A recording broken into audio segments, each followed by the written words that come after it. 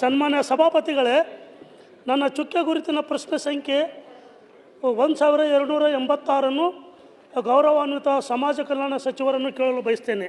ಸಮಾಜ ಕಲ್ಯಾಣ ಸಚಿವರು. ಸನ್ಮಾನ್ಯ ಸಭಾಪತಿಗಳಿಗೆ ಉತ್ತರವನ್ನು ಒದಗಿಸಲಾಗಿದೆ. ಸನ್ಮಾನ್ಯ ಸಭಾಪತಿಗಳೇ, ಈ ನನ್ನ ಪ್ರಶ್ನೆ ಪರಿಶಿಷ್ಟ ಜಾತಿಯಲ್ಲಿ ಬರ್ತಕ್ಕಂಥ 49 ಅಲೆಮಾರಿ ಜನಾಂಗಗಳಿಗೆ ಸಂಬಂಧಪಟ್ಟಿದೆ. ಅದರಲ್ಲಿ ವಿಶೇಷವಾಗಿ ಕಲಬುರಗಿ ನಗರದಲ್ಲಿರ್ತಕ್ಕಂಥ ಬುಡುಗ ಜಂಗಮ, ಸುಡುಗಾಡು ಸಿದ್ಧರು, ದಕ್ಕಲಿಗರು, ಚನ್ನದಾಸರು ಮತ್ತು ಇನ್ನಿತರ ಅಲೆಮಾರಿ ಜನಾಂಗಗಳ ಬಗ್ಗೆ ಸಂಬಂಧ ಇದೆ. ಇವರು ಕರ್ನಾಟಕದಲ್ಲಿ ಸರಿಸುಮಾರು 4 ಲಕ್ಷ ಜನಸಂಖ್ಯೆ ಇದೆ. ಈ ಅಲೆಮಾರಿಗಳು ಇವತ್ತು ಬಯಲು ಪ್ರದೇಶಗಳಲ್ಲಿ ಅಥವಾ ಯಾರ್ದೋ ಖಾಸಗಿ ಜಾಗದಲ್ಲಿ ಅಥವಾ ಸರ್ಕಾರಿ ಜಾಗದಲ್ಲಿ ಗುಡಿಸಲು ಹಾಕ್ಕೊಂಡು, ಸನ್ಮಾನ್ಯ ಸಭಾಪತಿಗಳು ಈ ರೀತಿಯಾಗಿರ್ತಕ್ಕಂಥ ಗುಡಿಸಲುಗಳು ಹಾಕ್ಕೊಂಡು ಅವರು ಬದುಕ್ತಾ ಇದ್ದಾರೆ. ಅದರಲ್ಲಿ ವಿಶೇಷವಾಗಿ ಕಲಬುರಗಿ ನಗರದಿಂದ ಶಾಬಾದ್ಗೆ ಹೋಗಬೇಕಾದಂಥ ಪ್ರದೇಶದಲ್ಲಿ ಅಲ್ಲಿ ಬುಡುಗ ಜಂಗಮ ಇದ್ದಾರೆ. ಆಮೇಲೆ ಆಳಂದ ನಾಕ ಅಂತ ಇರ್ತದೆ, ಇದೆ ಅಲ್ಲಿನೂ ಸಹ ಈ ಬುಡುಗ ಜಂಗಮದವರು ಇದ್ದಾರೆ. ನಾನೇ ವೈಯಕ್ತಿಕವಾಗಿ ಅಲ್ಲಿ ಭೇಟಿ ಕೊಟ್ಟಿದ್ದೆ.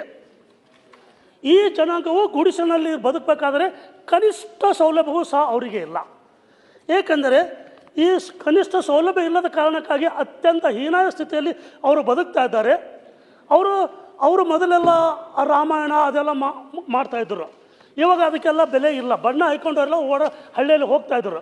ಈಗ ಅದು ಬಿಟ್ಟು ಪ್ಲಾಸ್ಟಿಕ್ ಮಾರೋದು, ರಿಬ್ಬನ್ನು, ಆಮೇಲೆ ಇನ್ನಿತರ ಯಾವುದೋ ವಸ್ತುಗಳು ಅಥವಾ ಚಿಂದಿ ಆಯೋದು, ಈ ರೀತಿ ಕೆಲಸ ಮಾಡ್ತಾಯಿದ್ದಾರೆ. ಹಾಗಾಗಿ ಅವರ ಬದುಕು ಭಾಳ ಹೀನಾಯ ಪರಿಸ್ಥಿತಿ ಇದೆ.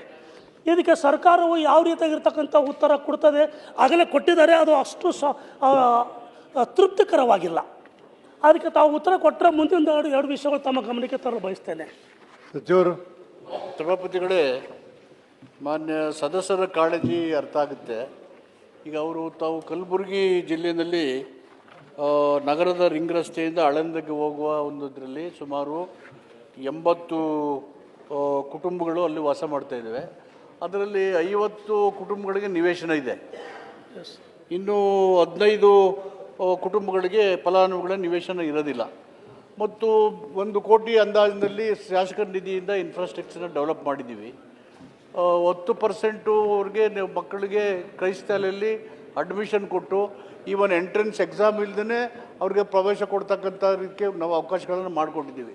ಬಟ್ ಇಷ್ಟೆಲ್ಲ ಆದ್ರೂ ಅವರ ಪರಿಸ್ಥಿತಿ ಸುಧಾರಣೆ ಆಗಬೇಕು ಅನ್ನೋದು ಸರ್ಕಾರದ ಉದ್ದೇಶ. ಅದು ಖಾಸಗಿಯವರದ್ದು ಜಾಗ. ಆದರೆ ಈ ಸಾರಿ ಬಡ್ಜೆಟಲ್ಲಿ ಸುಮಾರು 100 ಕೋಟಿ ರೂಪಾಯಿನ ಅಲೆಮಾರಿ ನಿಗಮಕ್ಕೆ ಕೊಟ್ಟಿದ್ದೀವಿ.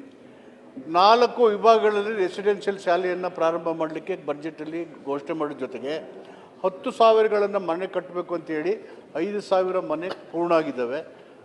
ನಮ್ಮ SCPTSಪಿಂದ 2 ಲಕ್ಷ ಕೊಟ್ಟು ಫಲಾನುಭವಿಗಳು ಹಾಕಿ ಕಟ್ಟಬೇಕು ಅಂತೇಳಿ ಒಂದು ಇದಿದೆ. ಅದಕ್ಕೆ ಆ ಮನೆಗಳನ್ನು ಕಟ್ಟಲಿಕ್ಕೆ ನಾವು ಖಂಡಿತವಾಗಿ ಅವರಿಗೆ ವಸತಿ ಕೊಡಲೇಬೇಕು, ಮೂಲಭೂತ ಸೌಕರ್ಯಗೊಳಿಸಬೇಕು. ಅದಕ್ಕೆ ಕಾರ್ಯಕ್ರಮಗಳಿಗೆ ಹಾಕ್ಕೊಂಡು ಖಂಡಿತವಾಗಿ ಅವರ ಜೀವನ ಮಟ್ಟ ಸುಧಾರಣೆ ಆಗಲಿಕ್ಕೆ ಶಿಕ್ಷಣ ಮತ್ತು ಔದ್ಯೋಗಿಕ ಕ್ಷೇತ್ರದಲ್ಲಿ ಮತ್ತು ವಸತಿ ಮಾಡಲಿಕ್ಕೆ ಆದ್ಯತೆ ಮೇಲೆ ಕ್ರಮವನ್ನು ಖಂಡಿತವಾಗಿ ನಮ್ಮ ಸರ್ಕಾರ ಕೈಗೊಳ್ಳುತ್ತೆ ಅನ್ನೋ ಭರವಸೆಯನ್ನು ಮಾನ್ಯ ಸದಸ್ಯ ಕೊಡೋಕ್ಕೆ ಬಯಸ್ತೇನೆ. ಸನ್ಮಾನ್ಯ ಸಭಾಪತಿಗಳೇ, ಇವರು ಗುಡಿಸಲುಗಳು ಈ ರೀತಿ ಇದ್ದಾವೆ. ಮಳೆ ಬಂದರೆ ಸಂಪೂರ್ಣವಾಗಿ ರಾಡಿ ಆಗಿರ್ತದೆ. ಅದರ ಮಧ್ಯದಲ್ಲಿ ಹಂದಿಗಳು ಮನೆಯಲ್ಲಿ ಆರಾಮಾಗಿ ಹೋಗಿ ಬರ್ತಿರ್ತಾವೆ. ಅವ್ರ ಸ್ವಾತಿಗಳಿದ್ದರೆ ಹಂದಿಗಳು ಮತ್ತು ನಾಯಿಗಳು. ಹಿರಿಯರು ಮಕ್ಕಳನ್ನು ತೆಗೆದುಕೊಂಡು ಅವರು ರಾತ್ರಿಯಲ್ಲಿ ಬದುಕಬೇಕಾಗ್ತದೆ. ಕರೆಂಟ್ ಇಲ್ಲ, ಹಾವು ಚೇಳುಗಳ ಕಾಟ, ಪೊಲೀಸರು ಬಂದು ಅವರಿಗೆ ಡಿಸ್ಟರ್ಬ್ ಮಾಡ್ತಿರ್ತಾರೆ ರಾತ್ರಿಯಲ್ಲಿ. ಇಲ್ಲೆಲ್ಲ ಅದೇ ಹೇಳ್ತಿದ್ದೀನಿ ಸರ್. ಹಾಗಾಗಿ ಅವರು ಒಂಥರ ನರಕವಾಗಿರ್ತಕ್ಕಂಥ ಜೀವನ ನಡೆಸ್ತಾ ಇದ್ದಾರೆ. ಈ ಅಲೆಮಾರಿ ಜನಾಂಗಕ್ಕೆ ಶಿಕ್ಷಣದಲ್ಲಿ ರಿಸರ್ವೇಷನ್ ಕೊಟ್ಟಿದ್ದಾರೆ, ಆದರೆ ಅವರಿಗೆ ಅವೇರ್ನೆಸ್ ಇಲ್ಲ. ಅದು ಅವೇರ್ನೆಸ್ ಇಲ್ಲ ಸರ್ ಅವರಿಗೆ. ಮತ್ತು ಉದ್ಯೋಗ ಇಲ್ಲ. ಎಲ್ಲೋ ಅವರು ಮಾರಾಟ ಮಾಡೋಕ್ಕೆ ಹೋಗ್ತಾರೆ, ಎಷ್ಟೋ ಬರ್ತದೆ, ದುಶ್ಚಟಗಳಿದ್ದಾವೆ, ಹಲವು ಆರೋಗ್ಯದ ಸಮಸ್ಯೆ ಇದ್ದಾವೆ. ಇವೆಲ್ಲವೂ ನಾವು ನೋಡ್ತಾ ಇದ್ದರೆ ಅವ್ರ ಬದುಕು ಯಾವ ರೀತಿ. ಯಾಕಂದರೆ ಈಗಾಗಲೇ ಮೀಸಲಾತಿಯಲ್ಲಿ ಅವರಿಗೆ ಅನ್ಯಾಯ ಆಗಿದೆ. ನಾವೆಲ್ಲ ಸರ್ವ ಜನಾಂಗದ ಶಾಂತಿಯ ತೋಟ ಅಂತ ಹೇಳ್ತೀವಿ ನಾವು. ಈ ಸರ್ವ ಜನಾಂಗಗಳ ಶಾಂತಿ ತೋಟದಲ್ಲಿ ಇವರು ಬರೋಲ್ವೇ ಅಂತಕ್ಕಂಥ ಪ್ರಶ್ನೆ ಬರ್ತಾ ಇದೆ. ಹೀಗಾಗಿ ತಮ್ಮ ಮೂಲಕ ಸಚಿವರನ್ನು ಒತ್ತಾಯ ಮಾಡೋದಿಷ್ಟೇ, ಅವರ ಬಗ್ಗೆ ಸ್ವಲ್ಪ ಸಭಾಪತಿಗಳೇ, ಯಾವುದೇ ಕಾರಣಕ್ಕೆ ಅಲೆಮಾರಿ ಸಮುದಾಯಕ್ಕೆ ಅನ್ಯಾಯ ಆಗೋದಕ್ಕೆ ನಮ್ಮ ಸರ್ಕಾರ ಬಿಡೋದಿಲ್ಲ. ಅವ್ರಿಗೆ ವಸತಿ, ಶಿಕ್ಷಣ ಮೂಲಭೂತ ಸೌಕರ್ಯಗಳು ಕೊಡೋದಕ್ಕೆ ಆದ್ಯತೆಯನ್ನು ಕೊಟ್ಟು ಗಮನ ಹರಿಸಿ ಅವರ ಜೀವನ ಮಟ್ಟನ ಸುಧಾರಣೆ ಮಾಡಲಿಕ್ಕೆ ಎಲ್ಲ ಕ್ರಮಗಳನ್ನು ಹೇಳಿದೆಲ್ಲ ಕ್ರಮ ತಗೊಳ್ಳಿ. Thank you.